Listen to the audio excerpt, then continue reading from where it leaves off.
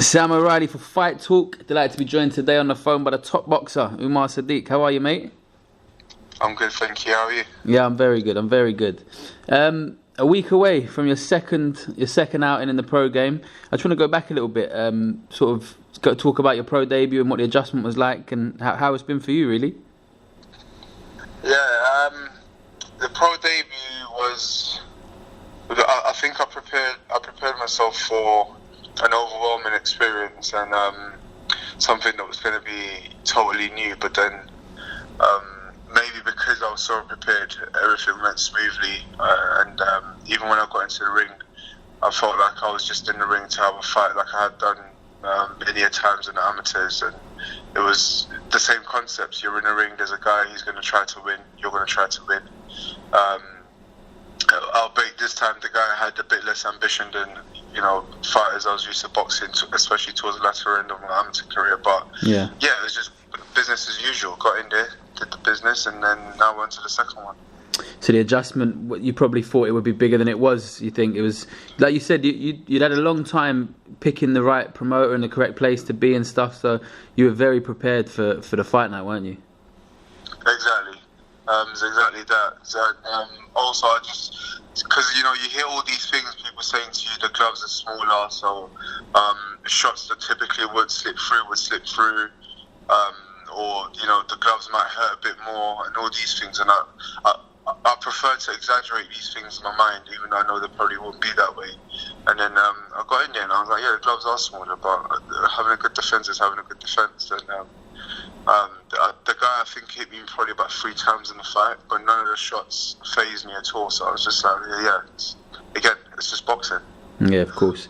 Let me talk a little bit about who you've been sparring and who you've been, training with for this fight. I've seen a lot of videos and pictures on your social media. Just talk us through who you've been in training with and stuff lately.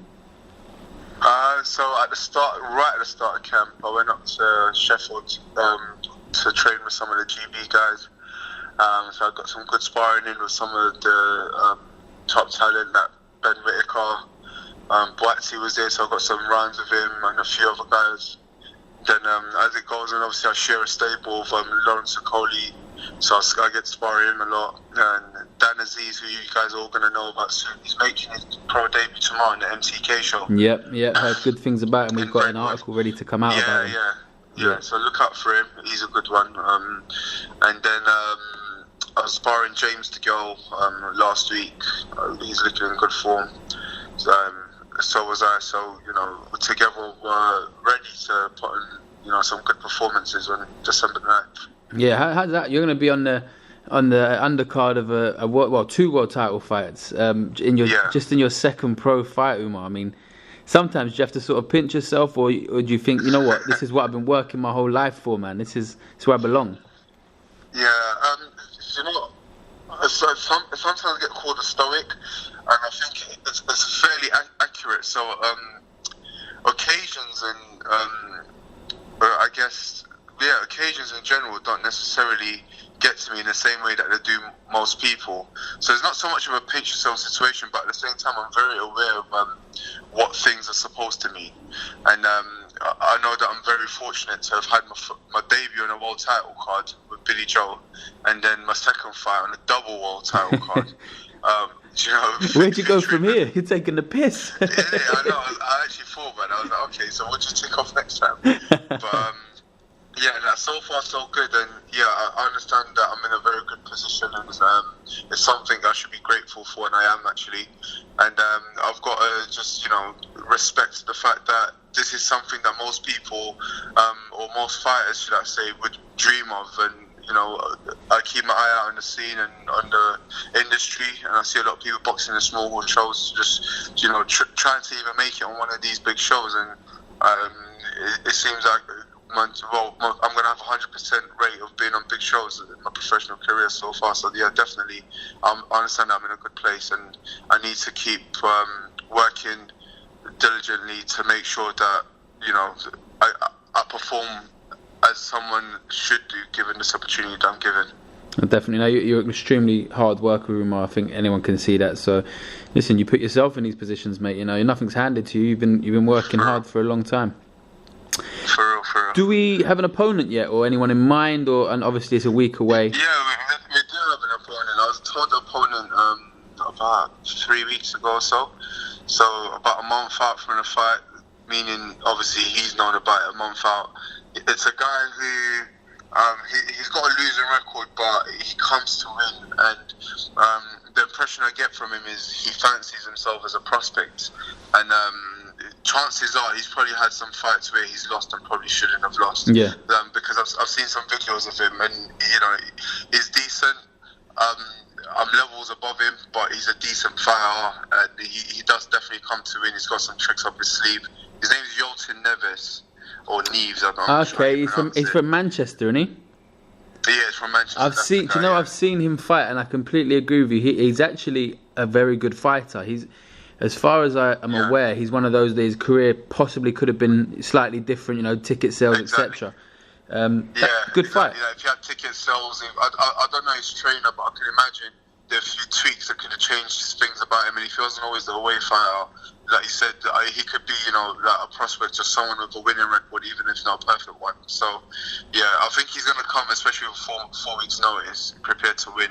And that's what I was asking for, because on my first fight, I boxed Louis Van Pooch, and he's a nice guy and all, but afterwards I was just complaining to the matchmakers. I was like, I don't want to be fighting someone that's going to tuck up, and the whole fight I was trying to draw him out, set traps and all that, and my accuracy was good, but it was just that there's only so much you could do with a guy that's tucking up and running off. Yeah. Well, you can't run in the ring, but you know what I mean. No, I know what you mean. Lewis is a good man, but he's a career journeyman. That's what he is. Exactly. Yeah. So, he knows how to make it to the end of the fight. Exactly. So I was on the case, and I was just like matchmakers all the time. Every chance I got to speak to them, I was like, look, I want a live opponent. I want someone who's going to come. I've always said to the matchmakers as well, don't be afraid to put me in with someone who's ranked a bit highly, because the better opponent is, the better I will be. So I'm looking forward to boxing Yolton, and I think I'm probably going to show more of what I'm about in this fight than I did in the first one. Yeah, no, definitely. I think it makes a lot of sense. People that are actually there to try and win the fight themselves. That you can unlock them and show your best skills yourself. So no, I look forward to that fight, mate. There you go. And also, it's just like if they try certain things, you're forced to react in a certain way. And obviously, the way that you react says a lot about the type of fighter you are. So it draws something good out of you. Yeah, no, definitely. 2018, all being well, what's the goal and the ambition? You've made it clear you don't really want to wait around. You're happy to test your skills against guys ranked higher than you quite early on in your career. So, what's the ideal 2018 for Umar Sadiq? Ideal 2018 is to hit my mark in the super midweight division, at the very least domestically. And I think what does that is winning a version of a title. So even if it was a Southern Area title or a minor title from a major governing body, just any type of title. I think once you start, but especially like with Southern Area English, thereabouts, you pick up one of them, and domestically everyone's got to pay attention to you. So I want to start with that, make my mark, and hopefully put myself in a position where champions are willing to defend the titles against me, and then you become relevant. And so long as you're relevant, you'd always be active, and that's the main thing. I want to be active, and I want to test myself. I really feel like my career is going to go in the direction of something's going to happen at some point, and I'm going to get an opportunity, maybe even on short notice at some point to do something, and I'm going to go out and shock everyone. All right, well, I like the sound of it, mate. Like I said, I knew from the first time I met you, you're not someone that has small ambitions. You've always, fought big and dreamed big, and you're going to work hard for it. So I respect that a lot, Umar, mate. Yeah, thanks, man. Now, listen, pleasure talking to you as always, mate. And listen, I wish you the very best of luck next Saturday on the undercard.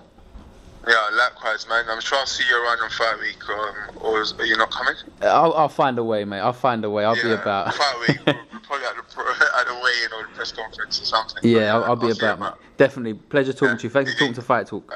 Cool, man. Cheers. Bye-bye.